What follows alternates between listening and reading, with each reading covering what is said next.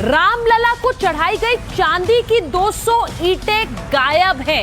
ये जो तस्वीर आप देख रहे हैं, सिंधी समाज ने 200 चांदी की ईंटें सौंपी। कुछ इसी तरह की एक ईंट थी और ये तस्वीरें कुछ दिन पहले भी मैंने आपको दिखाई थी, बाकी चढ़ावे की, जो गायब हो गया।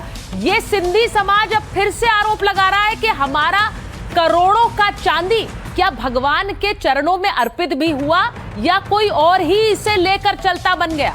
ये तस्वीरें आपको दिखा रही हूं। चंपत राय की मौजूदगी में ये चांदी की ईंटें सिंधी समाज ने राम मंदिर में भगवान राम को अर्पित की थी। ये तस्वीर आई और उसके बाद सिंधी समाज पूछ रहा है ये ईंटें कहां हैं? हमारे पास कोई रसीद नहीं है इसकी। सिर्फ चांदी की ईंटें नहीं, आज एक बड़ा आरोप लगाया अखिलेश यादव ने। उन्होंने कहा कि काग भसूंडी की मूर्ति गायब होने की बात आई। वो कह रहे हैं कि अनीता भारद्वाज नाम की एक श्रद्धालु ने राम मंदिर में काग भसूंडी की चांदी की मूर्ति अर्पित की थी, जो अब गायब है। और आपको बताऊं कि काग भसूंडी राम कथा के अमर पात्र हैं। इस बात का प्रतीक है कि भक्ति और ज्ञान किसी भी रूप में हासिल किया जा सकता है। उनकी चांदी की मूर्ति दी, लेकिन वो भी गायब हो गई। अब अखिलेश यादव सवाल पूछ रहे हैं कि आखिर कोई हिसाब है उन चीजों का जो अर्पित तो भगवान प्रभु श्री राम को की गई, लेकिन वो गायब हो गई। जरा सुनिए। शेयर इन थेफ्ट या कहें सेंड इन ट्रस्ट, ये महापाप हुआ है और आस्था से खिलवाड़ हुई है।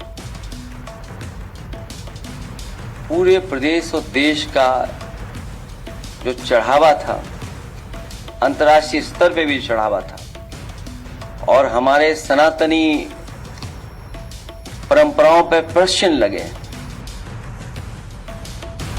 आपको बताऊं कि अभी तक तो आम आदमी पूछ रहा था कि एफआईआर क्यों नहीं हुई है, राजनीतिक दल भी पूछ रहे हैं, लेकिन अब विश्व हिंदू परिषद भी इसी बात को लेकर भड़क गया है। विश्व हिंदू परिषद ने एफआईआर दर्ज कराने की मांग की है। विश्व हिंदू परिषद का कहना है कि आरोपी कितना भी रसूखदार हो, एफआईआर तो होनी चाहिए। वीएचपी के अध्यक्ष आलोक कुमार ने एफआईआर की मांग की और फास्ट ट्रैक कोर्ट बनाकर रोज सुनवाई की जाए, यह भी कहा। गुनहगार को कड़ा दंड दिया जाना चाहिए। विवाद के बीच वीएचपी ने अयोध्या में बैठक भी टाल दी। आपको बताऊं कि अयोध्या में विश्व हिंदू परिषद केंद्रीय समिति की एक बैठक होनी थी। 25 से 29 जून तक यह बैठक वीएचपी की होने वाली थी।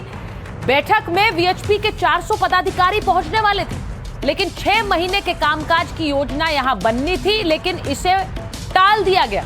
चढ़ावा विवाद के चलते ही यह बैठक टाल दी गई है और वीएचपी का यह मांग उठाना कि एफआईआर हो इसलिए जरूरी है क्योंकि विश्व हिंदू परिषद से ही जुड़े हुए चंपत राय भी, जिनको लेकर विपक्ष बार बार सवाल उठा रहा है, उंगली उठा रहा है।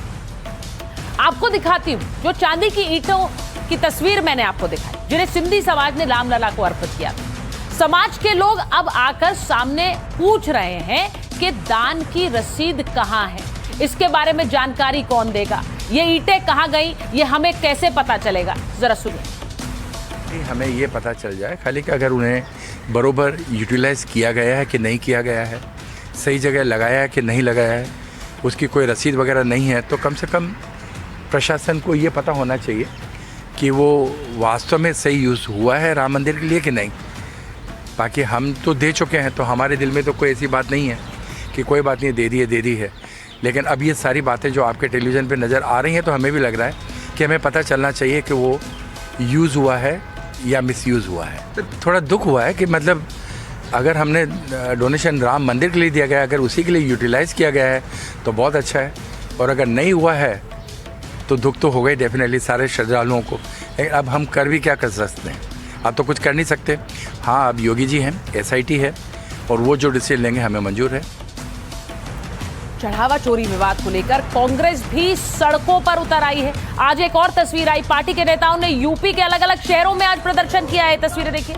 बंद करो, बंद करो, बंद करो। चंदा चोरों पर एफआईआर दर्ज करो, बंद करो, दर्ज करो। चढ़ावा चोरी बंद करो, बंद करो, बंद करो। चंदा चोरी बंद करो। कांग्रेस पार्टी राहुल गांधी जिंदाबाद, जिंदाबाद। प्रियंका गांधी जिंदाबाद, बंद करो। चंदा चोरों को जेल भेजो। अब आपको ये बताऊं कि जब प्रदर्शन हो रहा है, चढ़ावे को लेकर सवाल किए जा रहे हैं, सबके बीच चढ़ावा गिनती का सिस्टम राम मंदिर के अंदर कैसे बदल गया है। राम मंदिर ट्रस्ट के चढ़ावे की गिनती का सिस्टम कैसे बदला। गिनती वाले कमरे में जाने वालों के लिए एक नई गाइडलाइन जारी की गई। चढ़ावा गिनती के प्रोसेस की निगरानी कई स्तर पर बढ़ा दी गई है। अब गिनती कर्मियों को बिना जेब वाले कपड़े पहनने होंगे, यानी कोई जेब ना हो। चढ़ावा गिनती वाले कमरे में मोबाइल भी नहीं ले जा सकते। गिनती कक्ष में कर्मचारियों के पर्स और बैग भी नहीं जाएंगे, उस पर भी रोक लगा दी गई। गणना कक्ष में कर्मियों के आने जाने का समय दर्ज होगा और गिनती कक्ष में प्रवेश के समय कर्मचारियों की जांच होगी। गिनती के बाद निकलने पर भी कर्मचारियों की तलाशी ली जाएगी। गिनती कक्ष में सीसीटीवी कैमरे 6 से बढ़ाकर 10 कर दिए गए हैं, यानी एक एक मूवमेंट ट्रैक होगा उस सीसीटीवी से। ट्रस्ट गणना कक्ष में जाने वालों का पूरा रिकॉर्ड मेंटेन करेगा और गणना कक्ष में जाने वालों की पूरी मॉनिटरिंग की जाएगी। एसआईटी रिपोर्ट में जिनके नाम है उनसे तो जिम्मेदारी छीन ही ली गई। अब राम मंदिर मैनेजमेंट पर अयोध्या के डीएम खुद निगरानी रख रहे हैं। एसआईटी रिपोर्ट में चढ़ावा गिनती में अनियमितता की बात कही गई। राम मंदिर ट्रस्ट ने एसआईटी रिपोर्ट आने के बाद ये बदलाव किए हैं। अब आपको मैं ये बताऊं कि ये सारा बदलाव पिछले कुछ दिनों में किया गया है, क्योंकि बहुत से सवाल उन्हीं पर उठ रहे थे जो चढ़ावा गिनती कर रहे हैं। अभी तक चढ़ावा चोर पकड़े नहीं गए, अभी तक एफआईआर भी नहीं हुई। लेकिन इन सब के बीच आपको श्री राम जन्मभूमि तीर्थ क्षेत्र ट्रस्ट के बारे में बताना चाहती हूं। ये ट्रस्ट आखिर है क्या, क्योंकि इसके बारे में आप लगातार सुन रहे हैं। ये तीर्थ क्षेत्र ट्रस्ट कुल 15 सदस्यों का ट्रस्ट है। 11 सदस्यों में वीएचपी नेता और मंदिर आंदोलन से जुड़े हुए लोग हैं। लीगल एडवाइजर, प्रतिष्ठित लोग और धर्माचार्य इसमें शामिल हैं। ट्रस्ट में केंद्र और राज्य के 4 अफसर हैं, लेकिन ये वोट नहीं डालते हैं। किसी भी निर्णय को लेने में इनका कोई वोट नहीं है, बाकी के वोट है। ट्रस्ट के सभी सदस्य गवर्निंग बॉडी की तरह ही काम करते हैं। तीर्थ क्षेत्र ट्रस्ट की निर्माण समिति कंस्ट्रक्शन देखती। अब ट्रस्ट में शामिल संत धर्म से जुड़ी व्यवस्था तय करते हैं। सरकारी अफसर राम मंदिर की कानून व्यवस्था देखते हैं और ट्रस्ट से जुड़े पैसों की निगरानी कोषाध्यक्ष की जिम्मेदारी।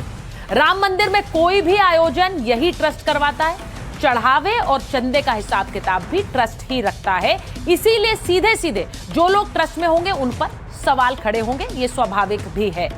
आपको बताऊं इस ट्रस्ट के 4 कर्ता धर्ता कौन।